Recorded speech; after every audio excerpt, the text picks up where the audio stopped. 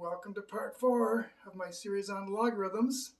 So far we've concluded that for y equals the log of x to the base b, x needs to be positive, b needs to be positive, and not equal to 1. Sometimes negative b's work, but generally they don't.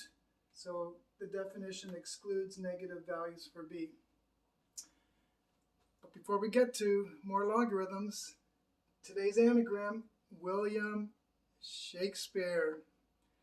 And in case anyone out there is a smart aleck, you cannot pronounce the V as the W as a V and end up with something about verse. It's not William, it's William. All right, I'll reveal the answer at the end. Now, we've said all along that the log of a number is an exponent. So maybe there's a relationship between exponential functions and logarithmic functions. Let's investigate that.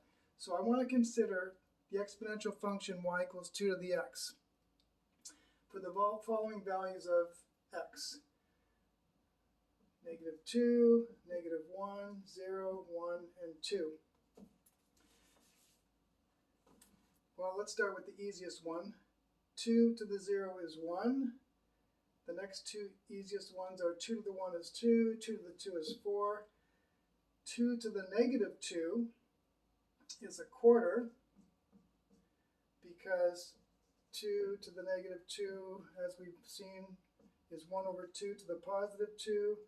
So that's a quarter, or 0.25 if you prefer. 2 to the -1 is a half, or 0.5 if you prefer. Now let's graph those values and see how it's related to the logarithm. So I've chosen my scales very accurately. This is not done freehand. And I want to graph these 5 points.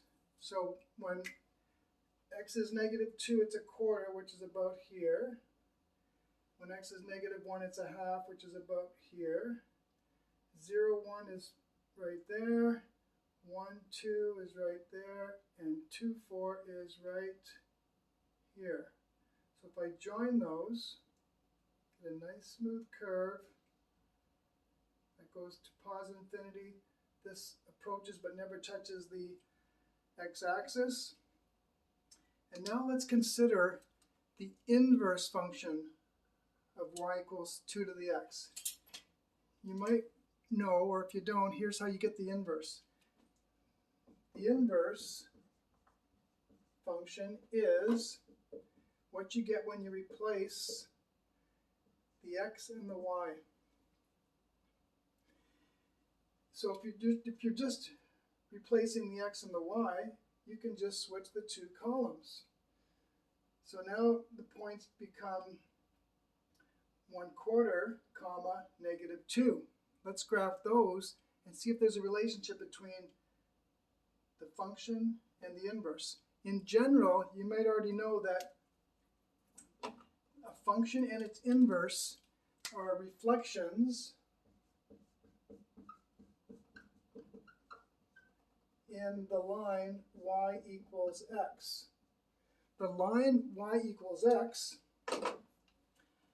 is on the points, for example, 1, 1, 2, 2, 3, 3, 4, 4, -2, -2, and so on. So if I sketch that line, which looks pretty much like that, you can imagine that to be a mirror, and the mirror image of this purple curve is the inverse of that one right there. So if I graph 4, 2, I'm here, and then 2, 1, and so on. 1, 0, 1/2, -1, 1/4, -2, be about there, And if I join those with a nice smooth curve, sure enough, those two functions are mirror images in the line y equals x. So this is the inverse of y equals 2 to the x. So if we were to rearrange this to get y by itself, and you can generally do that by manipulating this formula, we define it to be the log to the base 2 of x. Now I'll prove that in general in the next video, but right now consider this to be a definition. Notice the bases are both 2, so everything makes sense. Okay, now for today's anagram, William Shakespeare, I'll make, are you with me? A wise phrase. Wow. Isn't that neat? Check it by crossing out all the letters, make sure that none were added or left out. And we'll see you in the next video about logarithms. Take care.